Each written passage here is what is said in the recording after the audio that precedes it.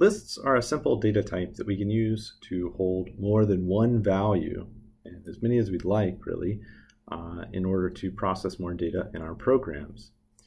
And so how do we think about lists? Well, let's start with the simplest list we can imagine, which is the empty list. The empty list we call null. There's not much we can do with an empty list other than know that we've got an empty list. So let's imagine what is a list with one element in it. Well, let's imagine we're working with lists of numbers, and let's say we've got a list of 1 and it ends with null. So the next thing that we need to know about lists is that they always end with null. They always end in the empty list. After knowing that a list ends with null, we should probably talk a little bit about what are these elements in the list called. Well, you can call them many things. One word for them is an element. Another word is a node. These are kind of used interchangeably. When we think of this as a node, we think of these kind of as boxes that are connected together like a train car. So let's imagine a list that's a little bit less boring than a single element list. And let's imagine one with multiple elements. So let's say we've got 3, 2, 1. And again, a list always ends in null. So we can visualize this as a sequence of boxes connected together by arrows. And this is a list with many elements in it. What are the rules of a list? Well, one of the fundamental rules as we're working with lists is that you can only add onto the front of a list.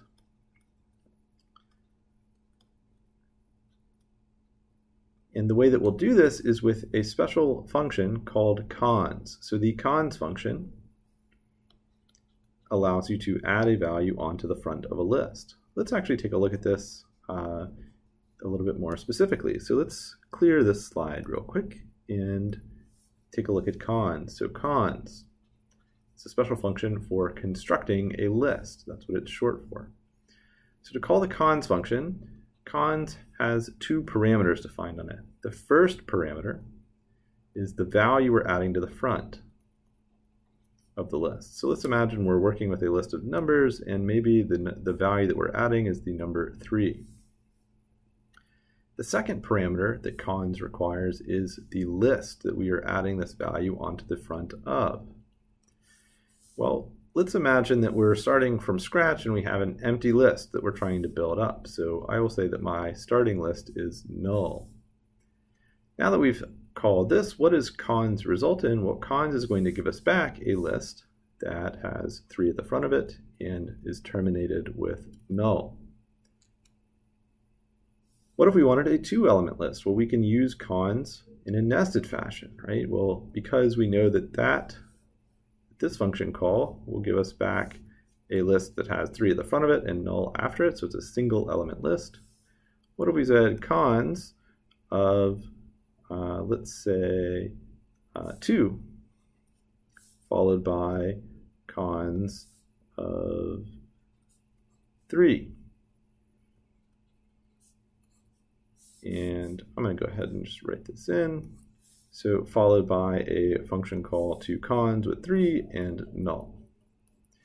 Well, what we know about cons is that in function calls is that we'll work our way out from the beginning. So this we know is going to give us back a list of 3 null. And what we're saying is add 2 onto the front of this list. So by consing 2 onto the front of this list of 3 to null, we have a list of 2 elements with cons to 3. So this is how we build up a list that has multiple values in it. The next function I want to take a look at is the first function. So let's imagine the first function. First is pretty self-explanatory. First will give you back the very first element in a list. So let's talk about the first function. The first function has a single parameter, and that parameter is defined as the list that you're working with. And what we need to give first is a list. I'm going to do this visually first, and then we'll bring this into real code in just a second. So let's imagine we had a list of 3, 4, 5. And again, I'm just writing this out visually. You wouldn't write code that looks like this, but imagine that we are passing a list of 3, 4, 5 to the first function. what will first give us back? It will give us back 3. What if we call first on the empty list? So calling first on the empty list of just null, that's going to give us an error. We can't call first on an empty list, so we have to always be sure to check, is the list that we're giving to this first function as an argument empty or not? Because if it is empty, then we will get an error. Let's talk about one other function, and then we'll actually give some examples of using this in code. So the other function I want to mention is the rest function. Rest will give us back the rest of the list without the first element on it. So if we call rest with 3, 4, 5, it is going to give us back a list. It's going to result in a value of another list that just has 4, 5 on it. Right? If we call rest on the list of just 4, 5, it will give us back just a list with 5 on it. So we're removing the first element from a list and getting back the rest of the list. That's what rest means. Well, what if we call this on a single element list, 5 of null? When we call rest on a list that has only one element in it, or one node, we're going to get back null, the empty list. Well, what if we call rest on null? What if we call rest on the empty list? Just like with first, this will give us an error. So we don't want to do that. So let's get a few quick examples of using this in actual code. If we want to define a variable, like let's say we want a variable to be named nums, we need to type it as a list of some type. So this is going to say a list of numbers. This is called diamond syntax. So these less than symbol and greater than symbol we think of as diamond syntax, and inside of the diamond we put the type that is going to be stored in this list. And we'll initialize it in just a second. So the way that you would read this is a list of numbers.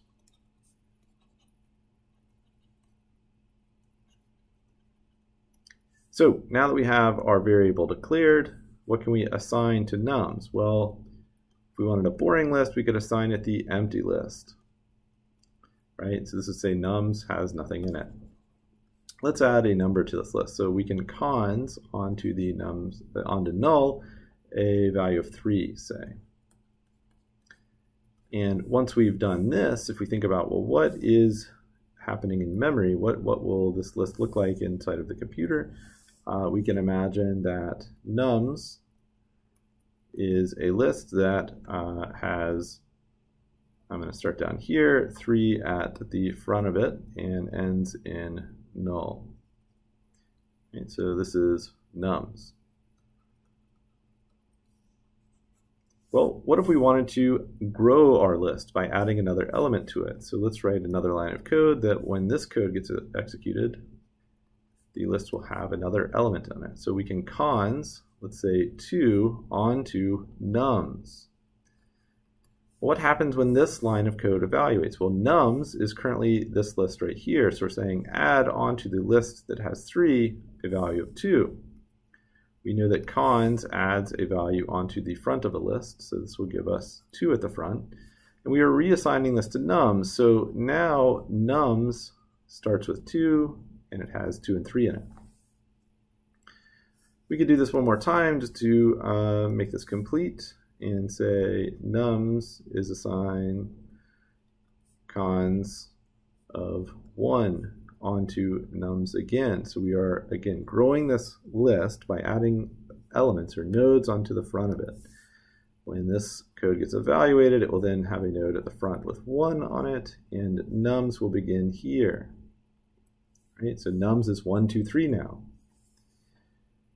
How can we access these elements? Well, we could say something like print the first value of nums. And we need to call the first function. So if we said call the first function and give it nums as the list that it's trying to return the first element of, this is going to evaluate to 1, because let me label this as the first node.